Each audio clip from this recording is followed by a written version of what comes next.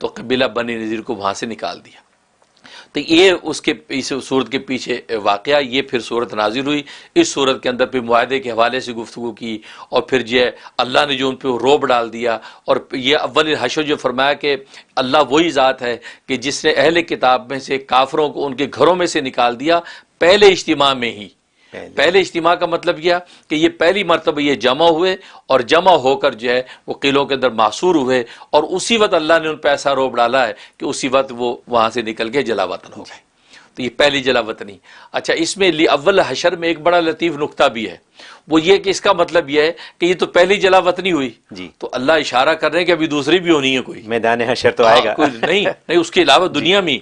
اور حشر ہونا ہے، جمع ہونا ہے۔ وہ کیا؟ وہ پھر پیشن گوئی پوری ہوئی حضرت عمر رضی اللہ تعالیٰ کے زمانے میں۔ حضرت عمر رضی اللہ تعالیٰ نے جب بیت المقدس فتح کیا، اس وقت بھی یہی صورتحال پیش آ گئی، اور آپ نے یہود سے کہہ دیا تم یہاں سے نکل جاؤ،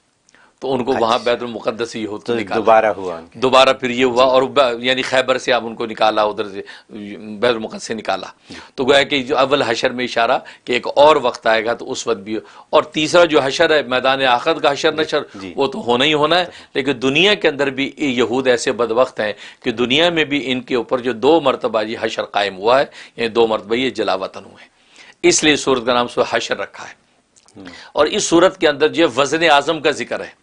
ایک ایسے وزن کا ذکر ہے کہ جو حصی طور پر بھی اس قدر وزن دار ہے کہ پہاڑ اس کو سہار نہ سکیں، اور مانوی طور پر بھی اس کے وزن کا عالم یہ ہے کہ پہاڑوں جیسی قوتیں اس کے سامنے ریزہ ہو جائیں۔ اور وہ وزن کیا ہے؟ وہ قرآن کریم کا وزن ہے، وہ کلام الہی کا وزن ہے، کہ اللہ فرماتے جیسے میری ذات کا روب، اور میں نے روب جیسے ان یہود کے دلوں میں ڈالا، اور مضبوط قلعوں کے باوجود وہ انہوں نے گھبرا کے ہتھیار ڈال دیے ہیں،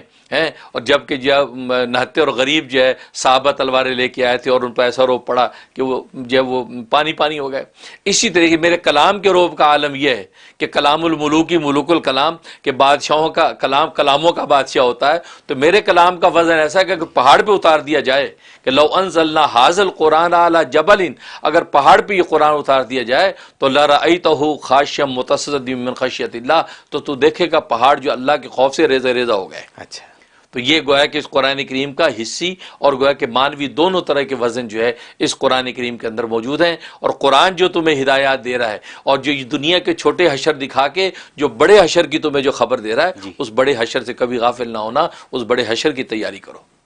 تاکہ وہاں جو ہے تم رسوا ہو کر جلا وطن ہو کر جو ہے جہنموں کے اندر نہ بنو، بلکہ اپنے وطن یعنی جنتوں کے اندر آباد ہو۔ تو اس لیے اللہ تبارک و تعالیٰ نے اس حقیقت کو واضح کیا۔ اور قرآن کریم کا حصی وزن بھی ہوتا تھا کہ حدیث میں آتا ہے جب نبی پاک صلی اللہ علیہ وسلم پر وحی نازل ہوتی، حضرت عائشہ صدیقہ رضی اللہ تعالیٰ عنہ فرماتی ہیں کہ آپ کی یہ کیفیت ہو جاتی تھی کہ سخت سردیوں میں بھی آپ کے ماتھے پہ پسینہ آتا تھا، ٹپکتا تھا پسینہ، اتنا وزن آپ پر پڑتا تھا اس کا۔ اور ایک صحابی فرماتے ہیں کہ ایک مرتبہ آپ میری جو ران پہ سر رکھ کے لیٹے ہوئے تھے، اسی وقت وحی نازل ہو گئی، تو آپ کے سر کا اتنا وزن میری ران پہ محسوس ہو رہا تھا کہ مجھے لگ رہا تھا میری ران ٹوٹ جائے گی، ہڈی ٹوٹ جائے گی۔ اس کا مطلب ہے کہ حصی طور پر بھی اس قرآن کے نزول کا اتنا وزن تھا کہ نبی کا سینہ منور تھا کہ اس کو سہار سکتا تھا۔ عام جو طاقتور سے طاقتور صحابی بھی برداشت نہیں کر سکتے، آسان بات نہیں۔ تو یہ اللہ نے بتایا کہ قرآن کا یہ ظاہری اور باطنی ایک وزن ہے، اور لہٰذا اس وزن دار قرآن کی ہدایت کو سمجھو، ورنہ دنیا میں جس طرح تم چھوٹے چھوٹے حشروں میں رسوا ہوئے، تو بڑے حشر کے وقت بھی تم رسوا ہو جاؤ گے۔ یہ حقیقت اس کے اندر بتائی حشر میں۔ اور جہاں تک اس کے فضائل و فوائد کا تعلق ہے، تو ایک اس کا فائدہ یہ ہے کہ اگر جو کوئی بہت بڑی مہم اور مشکل پیش آئی ہوئی ہے، تو 41 مرتبہ اس کی تلاوت کر کے ختم کر کے اس کا دعا کر لی جائے، تو اللہ تبارک و تعالی اس مشکل اور مقدمے میں کامیابی دے دیتے ہیں۔ مقدمے کے لیے کوئی مقدمہ ہے، کوئی مشکل ہے، کوئی ایسی آفت ہے، اس کے لیے 41 مرتبہ۔ اور دوسرا یہ کہ اگر انسان چاہتا ہے کہ کسی قسم کی بیماری گھر میں نہ آئے اور کوئی مصیبت ظاہر نہ ہو، تو روزانہ 1 مرتبہ جو ہے اس کی تلاوت کرتا رہے۔ مصیبتیں نہ آنے کے ساتھ ساتھ یہ بھی ہوگا کہ مالی خوشحالی اتنی ہو جائے گی کہ مالدار کہلائے گا۔ مالدار لوگ کہیں کہ یہ بڑا مالداری ہے، اتنا مال اللہ عطا فرما دیں گے کہ مالداروں کی لسٹ میں آ جائے گا، لیکن روزانہ 1 مرتبہ اس کی تلاوت کرتا رہے۔ اور ایک فائدہ اس کے کہ نسیان اور بھولنے کا جگہ مرض ہے، تو روزانہ 1 مرتبہ تلاوت کر کے پانی دم کر کے پیے۔